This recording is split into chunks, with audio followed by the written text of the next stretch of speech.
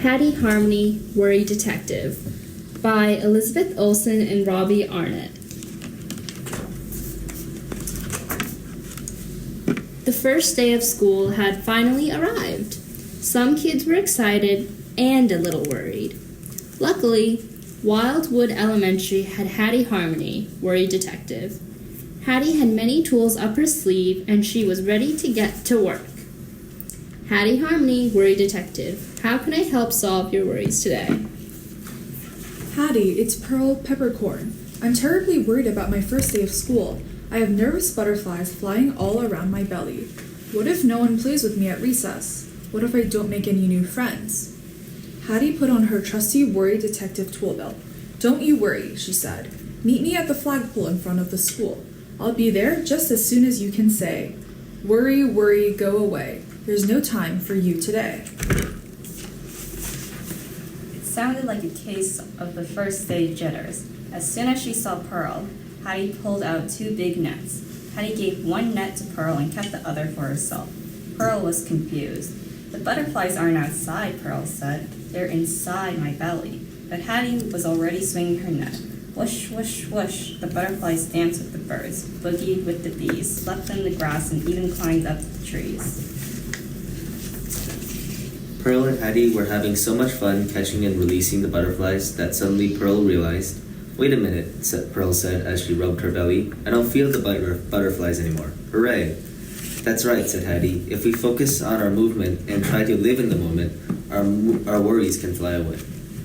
With Hattie's help, Pearl was now ready to start her first day of school. "Thank you, Hattie Harmony," said Pearl. The school bell rang. Ding ding.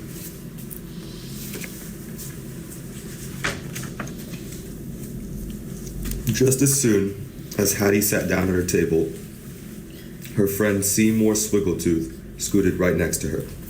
"Psst, Hattie, I don't know what I'll do if Miss Rivers calls on me," whispered Seymour. "What if I don't know the answer? What if I have to stand up in front of the whole entire class? Oh, Hattie, my legs feel like jello." "Don't you worry," Hattie said. "I'll find the right tool just as soon as you can say." Worry, worry, go away. There's no time for you today. Hattie searched her trusty Worry Detective tool belt. Aha! She knew just what she needed to do to solve this case. In a flash, she pulled out one of her favorite tools, Squishy Ball. "What? This is an emergency," Seymour squealed. "I don't have any time to play with the ball." "Oh, but this ball is special," said Hattie. "Go ahead, give it a squeeze." Seymour squeezed and he squeezed and he squeezed. "It's working," Seymour cheered. "I don't feel so tense, but how did you do it?" "You did it," Hattie said, "by tensing other muscles and squeezing Squishy Ball. You told your worried mind to relax and take a break." "Thank you, Hattie. Now I'm ready to raise my hand in class," said Seymour. "Can I keep it?" "It's yours," Hattie said. Recess was finally here. Hattie and Pearl played one of their favorite games, tag. Hattie chased Pearl through the playground, around the swings, and up the slide. "Come and get me," Pearl shouted, but Hattie was worried. She had never climbed to the top of the big slide before. "What if I slide too fast? Or what if I fall off? What if I don't like it?" Hattie asked. "Hattie, you're the bravest person I know. You can do anything." "Brave people don't always feel brave inside," Hattie whispered. "I feel scared." Hattie searched her tool belt. In a flash, she pulled out Miss Mirror. Hattie saw fear in her eyes. But then she smiled and said to herself, "I am scared, but I can do this." "Worry, worry, go away. There's no time for you today." "Hattie, you did it," Pearl cheered. "You conquered your fear." Even Hattie sometimes needed a reminder that having courage means facing our fears and pushing through them. The first day of school had come to an end. Duncan Delmore panicked as all the buses arrived at the pickup zone. There were so many. "I can't remember which is mine. My heart is racing. How will I ever get home?" said Duncan. "Don't worry," said Hattie. "We'll find your bus just as soon as you can say, 'Worry, worry, go away. There's no time for you today.'" Hattie searched through her trusty Worry Detective tool belt.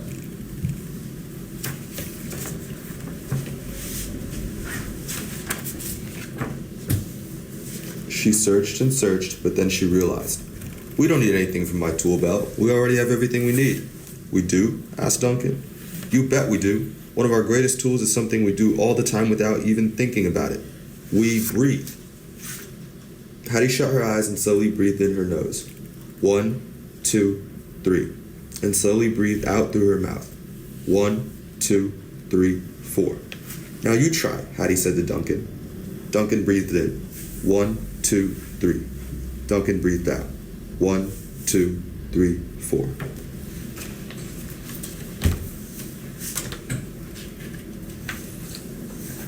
Wow, those breaths made my heart slow down. I can think more clearly now, said Duncan. And look, there's my buzz. When we take a moment to breathe in and breathe out, we can slow down all of the racing thoughts in our mind, Hattie said. The first day of school was a blast, Pearl exclaimed. We learned so much, Hattie said. Sometimes our worries can seem bigger than they really are, but as long as we remember that our minds are very, very powerful, and now that we have the tools to practice, we can conquer anything. Oh, and one more thing, Hattie smiled. If you ever need me, you can always call your friend. Hattie, Harmony, Worry Detective. The end.